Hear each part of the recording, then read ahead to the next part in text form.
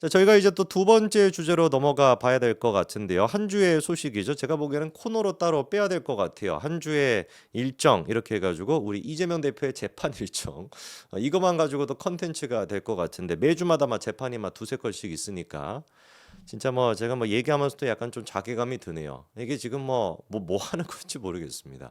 세상 전체 야당 대표라고 하는 사람이 그것도 제일 야당 대표라고 하는 사람이 일주일에 뭐 두세 번씩 지금 뭐 재판 왔다 갔다 하고 앉아 있는데 이거는 무슨 뭐인지 된장인지 구분도 못하는 것들이 매번 이재명 대표님 뭐 어쩌고저쩌고 막 이러고 있고 아유 진짜 막 생각만 할수록 진짜 스트레스를 받네요.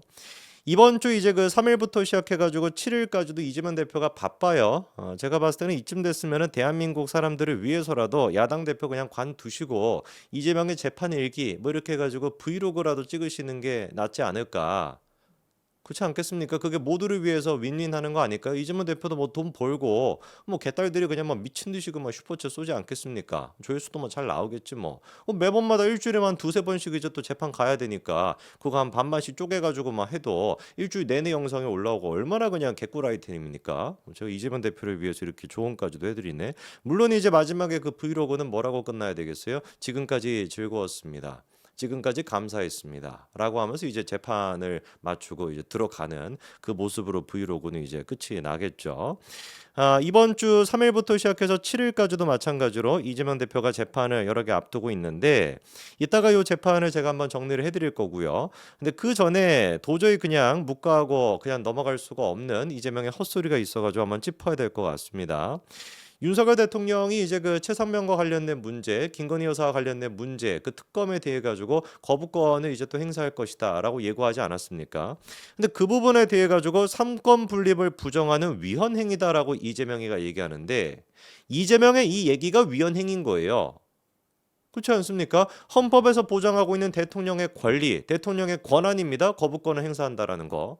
그리고 그 거부권을 행사할 당시 그 부분에 대해 가지고 삼권 분립이라고 하는 체제 속에서 입법부가 다시 행정부를 견제할 수 있는 요소가 있죠. 그게 바로 재의결을 하는 거 아닙니까?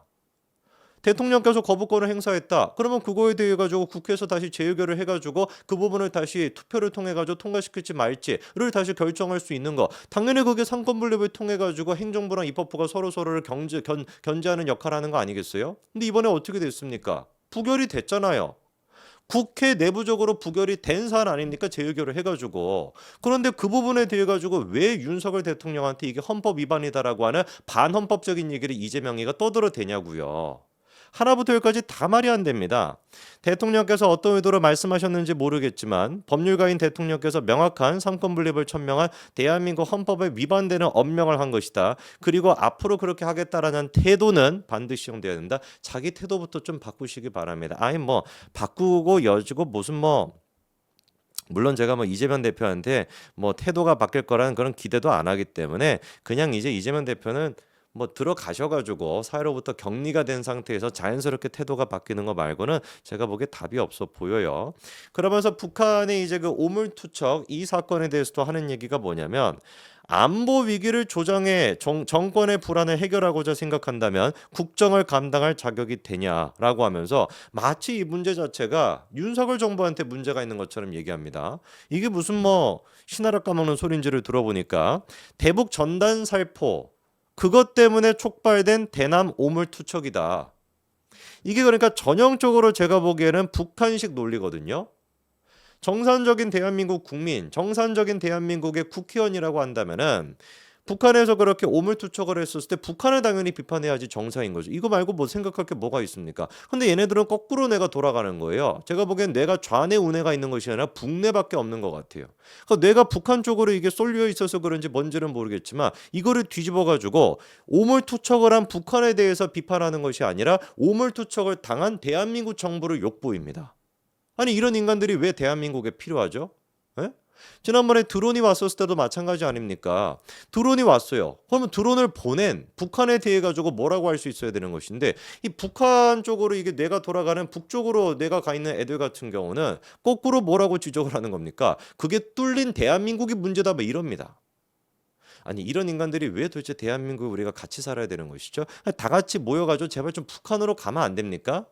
기차표라도 제가 끊어 드릴게요. 뭐 어떻게 가는 방법은 어떻게 있는지 모르겠지만 가가지고 뭐 아우지항공으로 가겠지만 이재명 대표 본인 스스로는 제발 뭐 오물투척이다 뭐다 이런 거에 대해서 신경 쓰지 마시고요. 그냥 뭐 신경 안 쓰시는 게 제가 보기엔 더 낫고 자기 재판부터 신경을 쓰시기 바랍니다. 그리고 지금 굉장히 바빠요. 이재명 대표가 뭐 여기저기 지금 막 쏘다니면서도 페이스북에다가 어떤 글까지 남겼냐. 후원 계좌 글까지도 공유를 했다고 해요. 궁금해지죠? 누구를 위한 후원까지 지금 같은 이런 엄중한 시기에 이재명 대표가 후원 계좌까지 챙길까? 예상이 되시는 것처럼 이화영에 대한 후원 계좌까지도 공유를 하고 있습니다. 이거를 가리켜서 우리가 전문 용어로 뭐라고 해요? 먼 줄 탄다라고 얘기하는 거죠. 그렇지 않습니까? 아니 이재명이가 도대체 뭐라고 갑자기 이 시기에 이화영의 어떤 그 후원 계좌까지도 공유를 하면서 우리 이화영 그 뭐 이거 좀 도와주십시오. 이화영님을 도와주십시오. 왜 이런 식으로 하겠습니까? 먼 줄이 타고 있는 거예요. 왜? 이화영에 대한 운명이 조금 있으면 결정이 되게 되고 이화영의 운명이 결정되는 그 순간에 누구의 운명도 결정이 되니까 우리 이재명의 운명도 마찬가지로 결정이 되니까 그 운명의 날이 바로 언제입니까? 6월 7일입니다. 6월 7일 날 이화영에 대한 공판 조서가 있고요. 6월 8일 날 이화영에 대한 사실 뭐 이화영에 대한 판결이지만 이재명에 대한 판결이기도 해요. 이화영에 대한 판결이 6월 8일 날 나오게 됩니다. 그러면 이번 주 주말 동안 이제 이재명에 대한 이화영에 대한 이슈가 굉장히 활발하게 타오를 수밖에 없겠죠. 자, 일단 이게 중요한 이유가 뭐냐면 이화영에 대한 공소장 검찰이 작성했던 공소장을 보면은 이화영은 누구랑 공범이라고 적시가 돼 있어요? 이재명과 공범이라고 적시가 돼 있습니다. 그럼 6월 8일 날 판결문이 띡 하고 나왔는데 이화영에 대한 유죄가 나왔다라고 한다면 공소장에는 이미 뭐라고 적시가 돼 있으니까 범죄 혐의가 어떻게 돼 있으니까 이재명이랑 공모를 해가지고 이화영이가 대북송금을 했다 이런 식으로 적혀 있을 테니까 당연히 판사님께서도 뭐라고 판결을 내릴 수밖에 없는 거예요. 이재명이랑 이화영 두 사람이 공모해가지고 쌍방울 김성태 회장을 통해서 북한에 그런 식으로 보냈다라는 식으로 유죄가 나오게 된다면 그게 바로 뭔 뜻인 거예요? 이재명이 유죄다라고 얘기한 거랑 똑같은 거 아니겠습니까? 판사님께서는 공소장에 적시가 되어 있는 혐의에 대해서 판결을 내리는 거잖아요. 근데 공소장에 공모라고 이미 적혀 있었으니까 판결을 내릴 때도 당연히 공모를 했다 안 했다 이렇게밖에 나올 수밖에 없는 것이죠. 이러다 보니까 이화영의 변호인 측도 지금 굉장히 바쁩니다. 제발 이 선고를 갖다가 늦춰달라고만 난리를 쳤었어요. 선고를 늦춰달라고 했던 이유가 뭐냐? 이화영의 사건은 뭐기 때문에 정치적인 사건이기 때문에. 왜 그러면 정치적인 사건이라는 것이냐? 이화영의 변호인 측에서 정확하게 뭐라고 얘기하냐? 대북송금 사건은 피고인 이화영의 공동 피고인으로 기소되지는 않았지만 공소사실 기재상 현재 야당 대표인 이재명이 공범으로 적시가 되어 있다. 이거는 지금 재준이 얘기가 아니라 이화영 변호사의 얘기입니다. 이화영에 대한 유죄 판결은 불가피하게 향후 이재명에 대한 유죄를 추정하는 유력한 재판으로 적용할 수밖에 없다. 그렇기 때문에 이 정치적인 재판에 대해 가지고 재판부가 더 꼼꼼하게 살펴보고 더 꼼꼼하게 판결을 내려야 되지 않겠습니까? 그러니까 선고 기일을 갖다가 좀 늦춰주십시오라고 하는데 씨알도 안 먹히죠.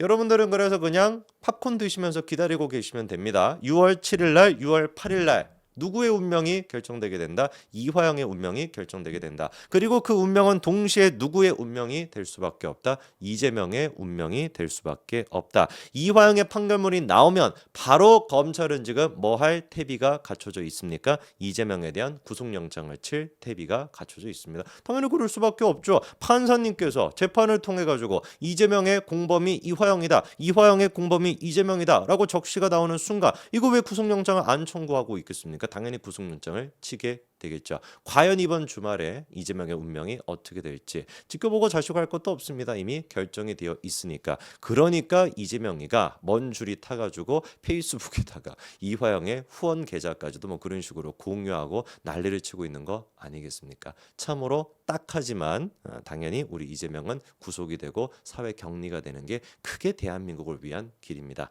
여기까지 말씀드리겠습니다.